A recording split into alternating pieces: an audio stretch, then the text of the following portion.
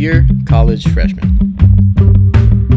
get involved right away. Be open to experience, to people, to change.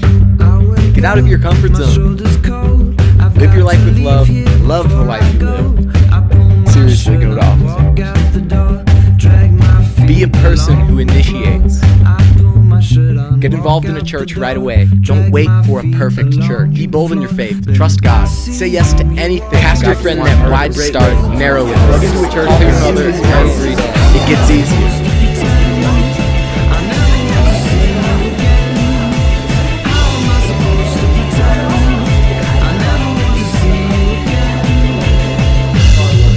Dear college freshman, you're about to enter one of the most exciting times of your life, so congratulations on making this far. It's so fun coming in as a freshman, and I'm not that far from it myself. I'm only going into my sophomore year, and you might be thinking, well, Rocky, what kind of experience and advice would you have to offer then? Well, I've got a year under my belt, and I've got some amazing people in my life that have offered me some really strong and solid advice that helped me get through that freshman year. So I wanted to share some of that with you and just hope that maybe some of the advice that I get to share in this video would be a comfort and an aid to you as you head into this amazing time, because college is so fun.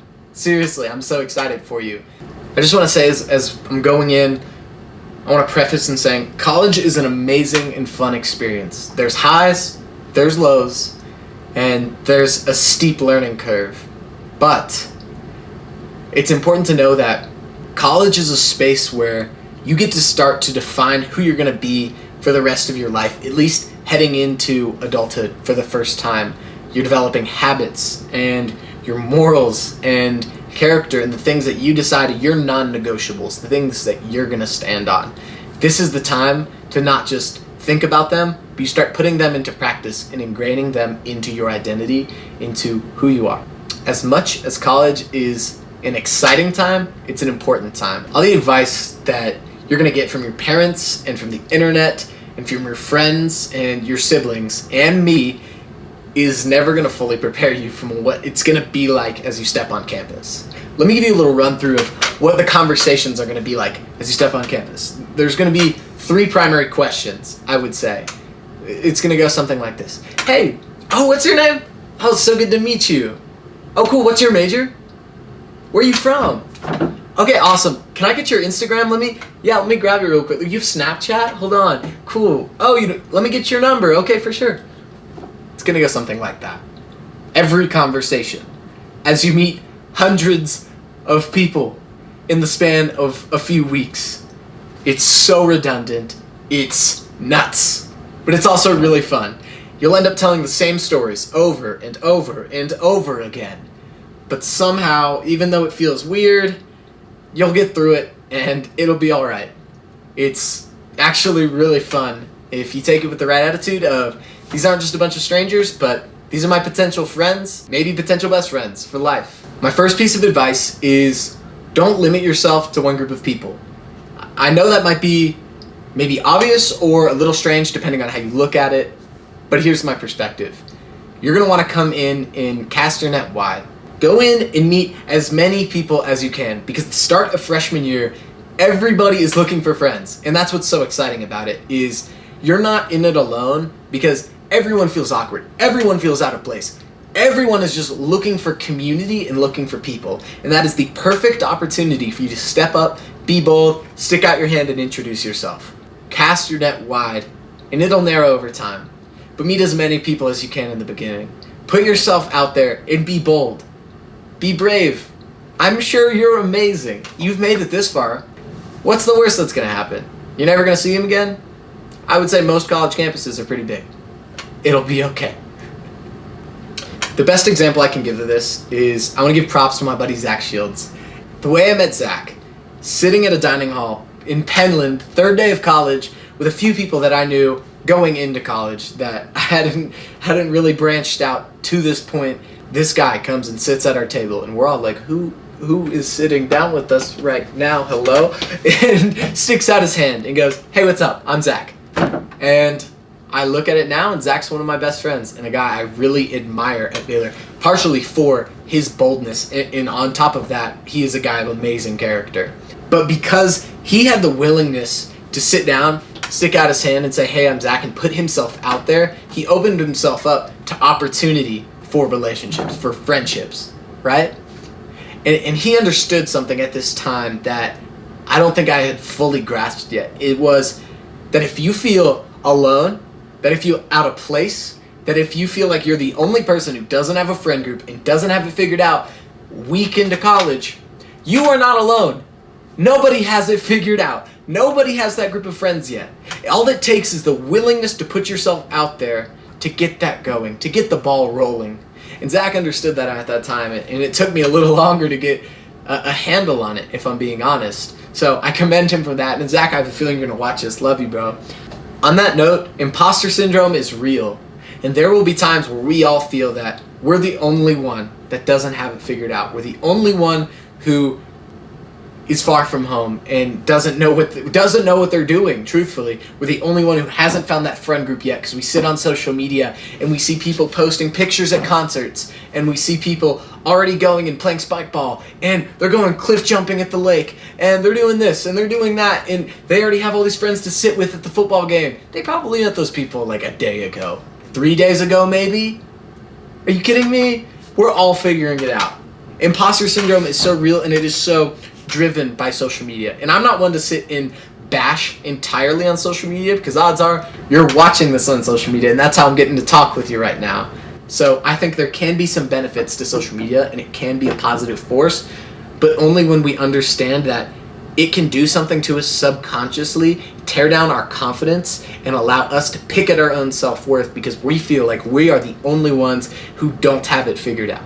If you learn anything from me talking from this video, from the advice of others, I hope you can kind of hold on to this next train of thought, this next point. And it's that college is a time where you get to shape your character, your habits, your non-negotiables, your morals, your personality, all of these things that are going to carry you into adulthood, into your career, into potentially your marriage. College isn't unique in a sense of things can change in college, because there's any point in your life where you can take a look and turn yourself around and make a change. You can do that at any point in your life. But the difference is college, for most people, is the first time that we get to take a look and really choose what we want out of our lives. Going into college, I asked myself the question, who do I want to be in 4 years? And I wasn't able to answer the exact career that I wanted. I wasn't able to answer who I wanted my spouse to be, although I might have had ideas. Those have long since passed. I wasn't able to answer where I was going to live after college, not with certainty anyways.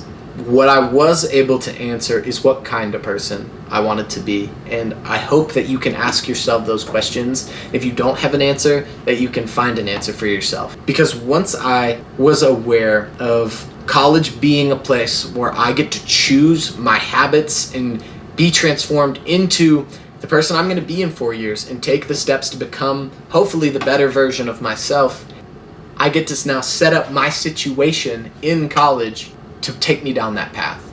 And what I really mean by that is I get to surround myself with the right people who are going to push me to become a better version of myself.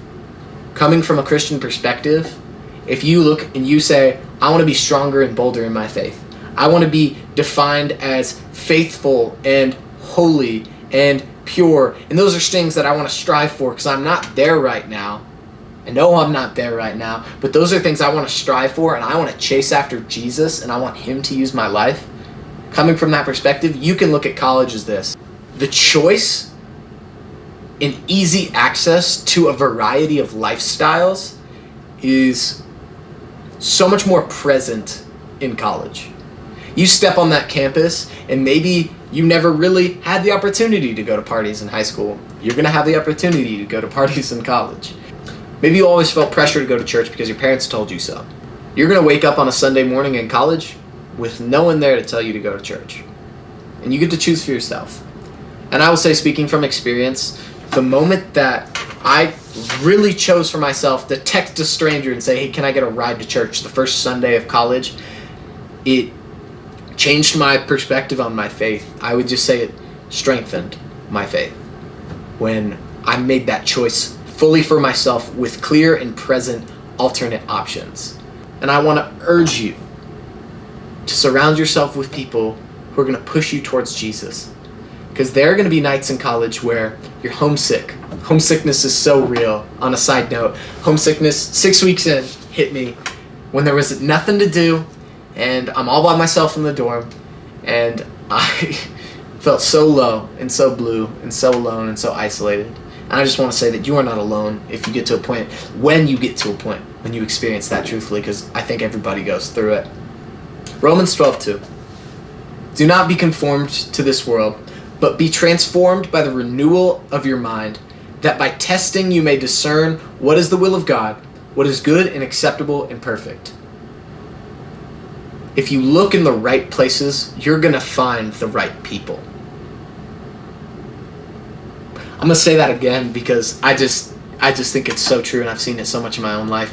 If you look in the right places, you're going to find the right people. And if you look in the wrong places, you're going to find the wrong people. You evaluate, who do I want to be in the future? And you ask yourself, who's around me right now that's going to push me to get there? I ended up joining a Christian fraternity when I came to college. It's called Phi Kappa Chi. I love it. It's amazing. I could talk about it, but that's not what this video is about. But when I was looking at rushing, a guy who was older than me gave me a piece of advice that has really stuck with me. And it's, when you're looking to become a part of something, ask yourself, look at the guys above you and say, are they in a station of life that I want to be in? And I looked at the juniors and seniors within this organization and I said, I saw their lives and I said, absolutely, I want to be like these guys. These guys are in stable relationships and they're leaders within the church and they're fun to be around and they're cool and this and that, whatever. They have strong, good friendships in their life and all the, the list goes on.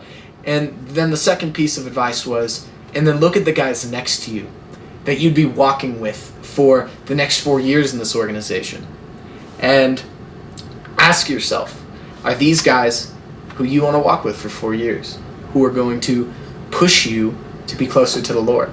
And in my situation, I was able to say yes to that. I was able to say, yes, I see the guys who are above me, who are ahead of me, and I want to be where they are.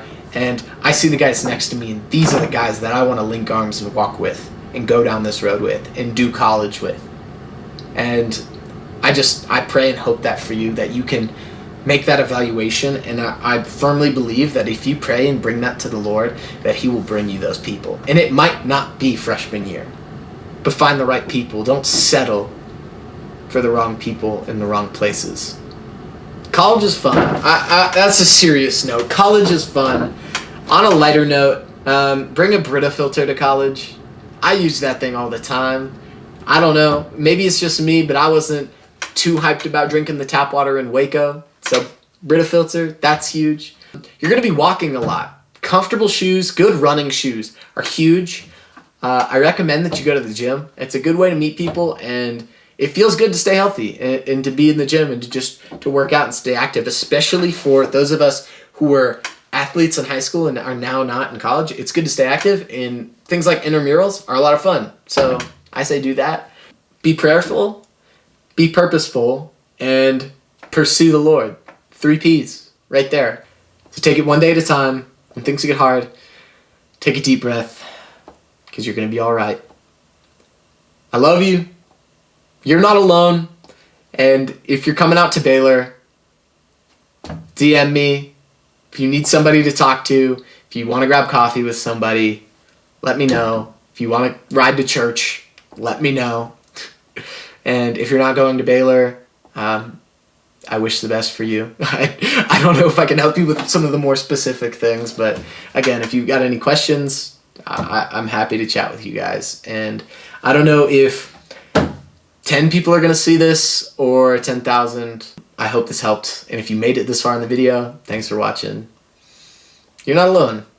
Sincerely, Rocky Holloway.